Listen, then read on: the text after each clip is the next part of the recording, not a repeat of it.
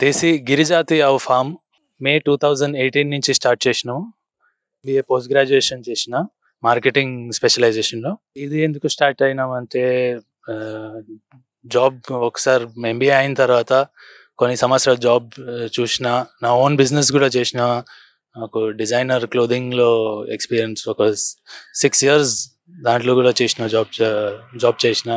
దాని తర్వాత ఏమైనా ఆర్గానిక్ రిలేటెడ్ ఏమైనా చేయాలి అది ఉంది అని, ఇది ఏం చేయాలని బై లక్ ఇది మన దగ్గర ఈ ఆఫర్ వచ్చింది ఆవు పెట్టడానికి. ఏం ఎక్స్పీరియన్స్ లేదు, ఎట్లా పెట్టాలి అవన్నీ కొంచెం రీసెర్చ్ చేసినాము. రీసెర్చ్ చేస్తే కొంచెం డిఫికల్ట్ ఉంటుంది అర్థమైంది. మళ్ళీ దానికి ఎట్లా ఓవర్కమ్ చేయాలి మనం, అది కొంచెం రీసెర్చ్ ఇంకా చేసినాము. స్టార్ట్ చేయొచ్చు, ఎక్కువ ప్రాఫిట్ ఏమి ఉండదు స్టార్టింగ్లో, అది అనుకొని స్టార్ట్ చేసినాం. నేను స్టార్ట్ చేసేటప్పుడు 3 ఆవు తెచ్చినాం ఫస్ట్. ఆ 3 ఆవు తెచ్చినప్పుడు మంచిగానే అయింది, పాలు మొత్తం సేల్ అయిపోయింది మంచిగానే. ఇంకా ఏం చేయాలి, ఇంకా చేయాలా వద్దా అని స్టార్ట్ చేసినాం. ఇది మనకు లక్ అంటే ఏంటంటే కొంచెం ల్యాండ్ దొరికింది లీజ్ మీద, తక్కువ లీజ్ మీద. అందుకే మాకు ఓన్ ల్యాండ్ మీద ఎందుకు, ఇన్ఫ్రాస్ట్రక్చర్ మీద ఎందుకు ఖర్చు పెట్టాలని, ఓకే దొరుకుతుంది ఇన్ఫ్రాస్ట్రక్చర్ కొంచెం ఈడ ఉంది, స్టార్ట్ చేసిన. అట్లనే ఒకసారి కొంచెం ఎక్స్పీరియన్స్ తీసుకుంటామని స్టార్ట్ చేసినాము.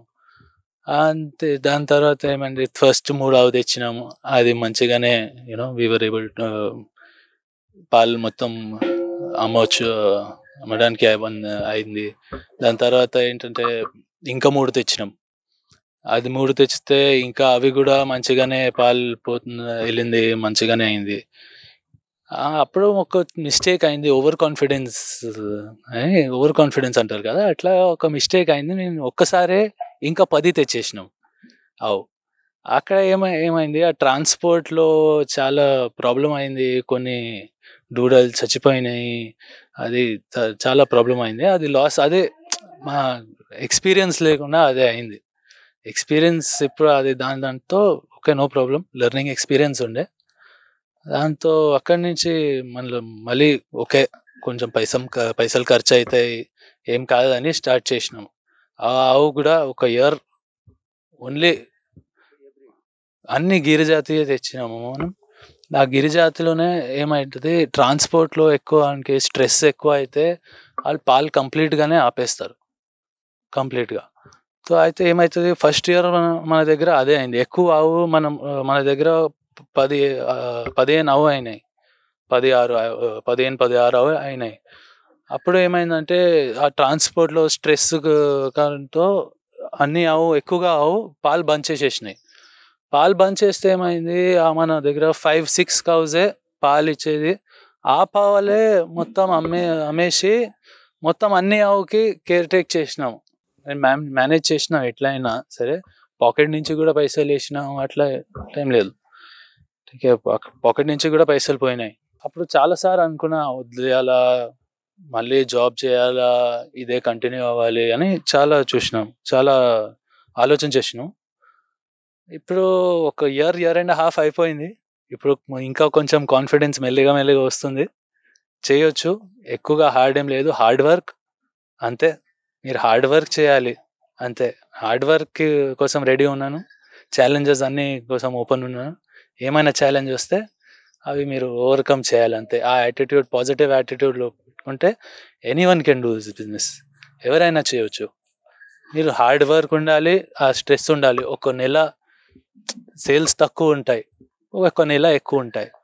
మీరు తక్కువ ఉండే అప్పుడు మీ కాన్ఫిడెన్స్ వెళ్ళిపోతుంది.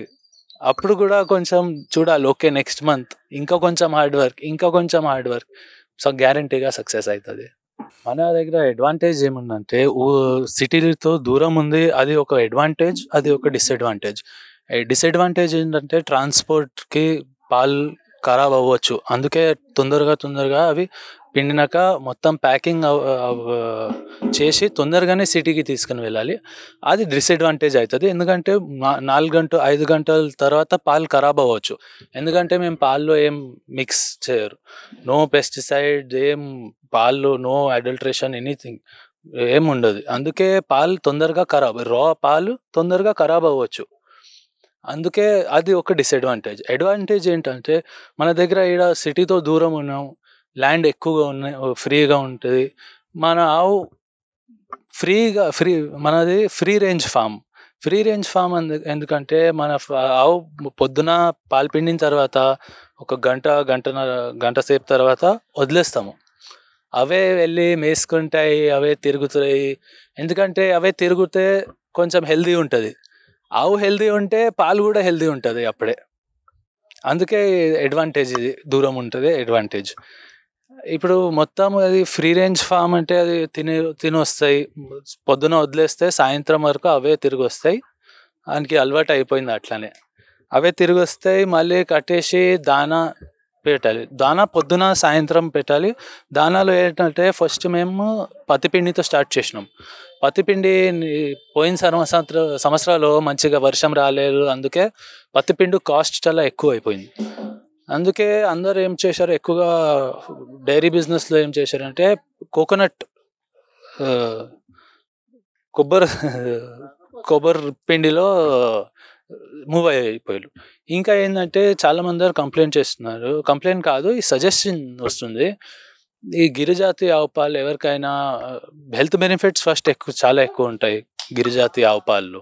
హెల్త్ బెనిఫిట్స్ ప్రెగ్నెంట్ లేడీస్ నుంచి 6 months తర్వాత ఇది అమాన్ పాలు తర్వాత ఇదే బెస్ట్ మిల్క్ అనుకుంటున్నారు. క్వాలిటీ వైజ్ ఇదే చిన్నపిల్లల కోసం అందరి కోసం ఇదే బెస్ట్ ఆప్షన్ అంటారు.